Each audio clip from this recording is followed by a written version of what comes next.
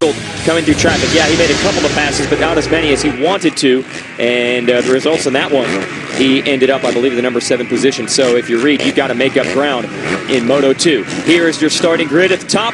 Pick your favorite. Watch for a couple of potential spoilers. Trey Canard, who was 3rd in that first moto on the number 41 Honda. He has proven he can mix it up with these front runners.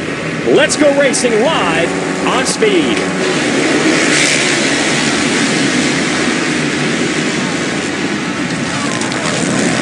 Same story. It is Dungey and Villopoto out front just like they were. But now you get the 800 of Mike Alessi, who knifes to the inside and gets to 2nd ahead of Dungey. Chad Reed with a little better start. I believe he's 5th or 6th. Let's see as they come over the top of Horsepower Hill. Dungey going to try to get Alessi back around the outside. They've also got Canard there with them in 4th. And Dungey knows if he's stuck behind a couple of riders, Villopoto can sprint early and get away.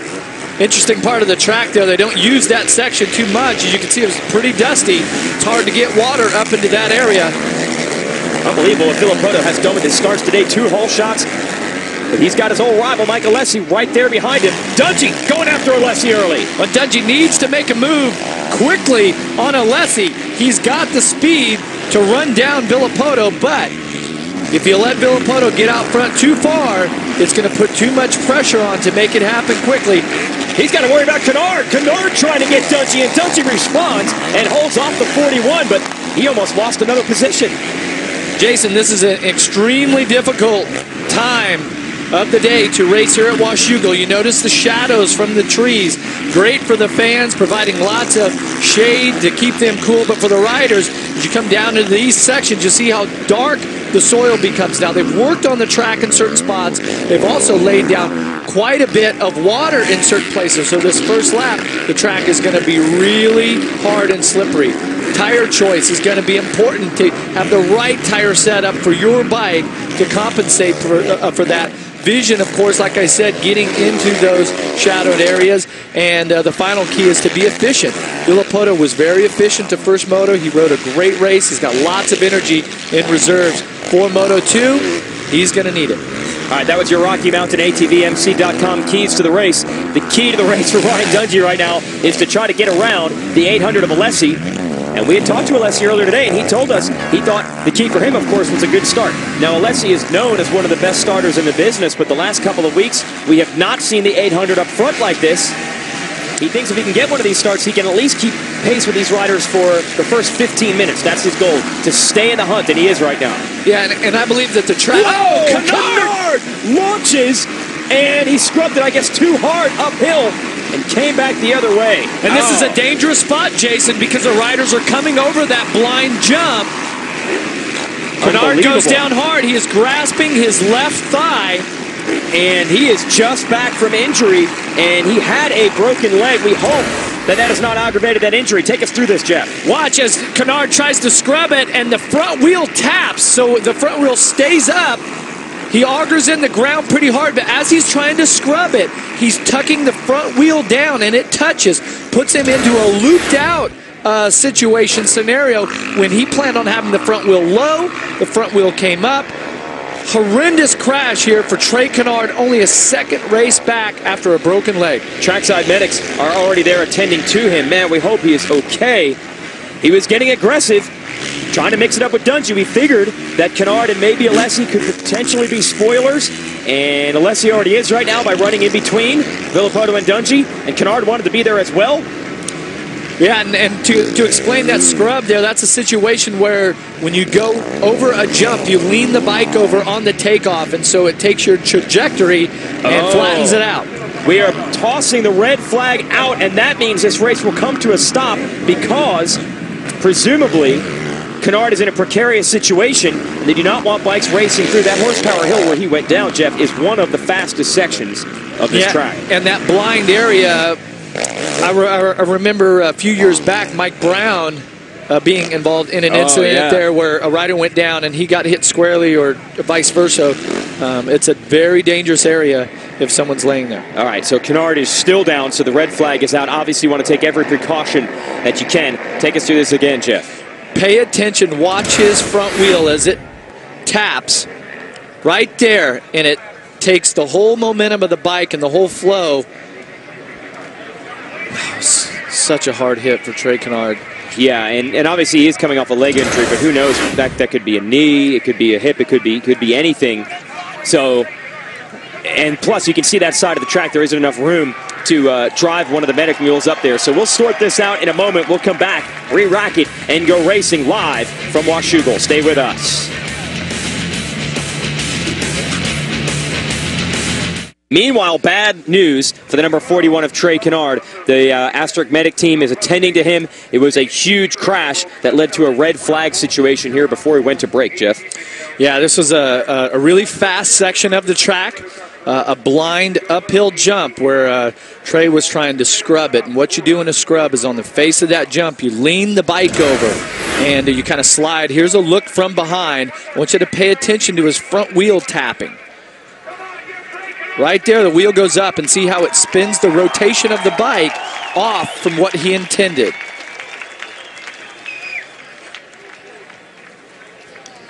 Right there, it hits again, see, and then it throws the bike, rotates it the other way, and he goes over the bars, takes a pretty hard hit right there. This ground up here at Washougal is an extremely hard pack in that section. Okay, well, it's good to see that they took all the safety precautions they could by red flagging this, so they didn't have to deal with riders on a very, very fast section of the track coming by with Kennard just off to their left. And that means we'll have to reset this race. Man, that Honda team has definitely been snake bit. Their other rider, Josh Grant, is out with a knee injury, and Kevin Windham said he was burnt out and he was the replacement rider. I'm have to get him on the phone and bring him back. Speaking of being back, we will be back in a moment. Well, a chaotic opening for our second moto here live on Speed. Washougal, Washington. Trey Kennard with a big crash. The medics have attended to him. We red flagged the race. We are ready to restart. We were 3 minutes and 39 minutes into that race, so we will remove 3 minutes and 39 seconds from the 30-minute race duration. That is his mom there on the left with the blonde hair, Carrie Kennard. And unfortunately, this is a situation they have been in before. He did have a leg injury coming into this series. Aaron, any reports down there on Trey's condition? Well, guys, not too much to report at the moment. We're witnessing him on the mule at the moment getting loaded into the ambulance, but he is complaining of pain in the exact same spot in the left femur, which was the one that he recently had injured. So not too much to report, but what a tough day and a tough Washougal for Trey Kennard. Yeah, because the coincidence here is that in 2008, he was battling in the 250 class with Villapoto and Dungey and broke that leg for the first time at this track. Yeah, watch it right here. He gets up over the front of the bars, and then right there when he hits the ground, that's the impact on the leg. Man. And so here we go. Villapoto and Dungey are going to re-rack this thing. Now Reed, he was 7th on the first lap, so he started just outside of the top 5 on the first start here.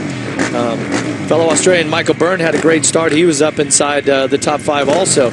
For Chad Reed, this may be the do-over that he needs to put himself back in there. And I'm telling you, if the 1 gets in front of the 2 off of this start, both motos, they drag race. It was like a carbon copy. Right. This might be what could change this whole thing. And remember, Villapoto's never won here. How frustrated could it be if it went negatively on his part? Yeah, exactly. He had the whole shot. And as we like to say, will justice be served? Will he have the whole shot again? Let's see. He's going to have to earn it. I mean, he is so on today. Yep. His corners are flowing. The starts are great. Kawasaki looks like they've got the bike dialed in for him. Trying to get the monkey off his back here.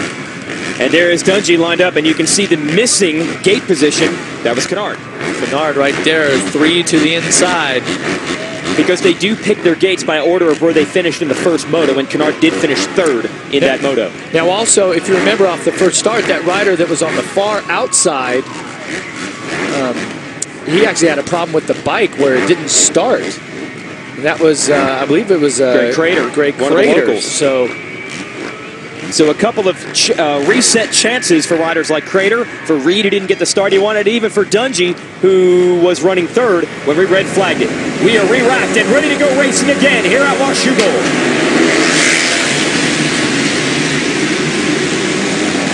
And I don't think Villapoto's going to get it this time. It's Dungey out front, although Villapoto and Justin Brayton of the number 10 right there, and Reed tucks in on the inside. Chad Reed tucks in. He's right there next to Brayton as they drag race up Horsepower Hill for the second time here in Moto 2. Dungey making good on the restart out front. And Dungey launching and then landing in those ruts. He is putting on a full sprint on this first lap. And this will put the pressure on the number 2 of Ryan Villapoto. There will be a sense of urgency knowing that, hey, Dungey's been sharp here and he's been strong the last couple of weeks. Now I'm going to have to work extra hard here in front of my hometown crowd to try to win my first overall here at Washougal. And Brayton doing a good job on the Muscle Milk Toyota JGR bike in third, holding Reed back. They're sorting out their lines, figuring it out, as you got the 1 of Dungey and the 2 of Villapoto reversed from where they were before the restart. Villapoto is coming after it. Wow, they are all over the track trying to find some good lines. Moto 1, these riders started with a fairly fresh track, not too many bumps. By the end of that race, it was extremely rough everywhere, and you add on the fact that here at Washougal, the roost coming off of the rear tire, that dirt that sprays up, hurts more here than any place on the circuit. Look at Villapoto trying everything to get around Dungey, and he almost does. That is a turn where there's usually not room to make passes, but he gave it a run. He's fired up, Jason. There's a sense of urgency also. This is for the overall. And now he's going to go to the inside. Dungey on the outside.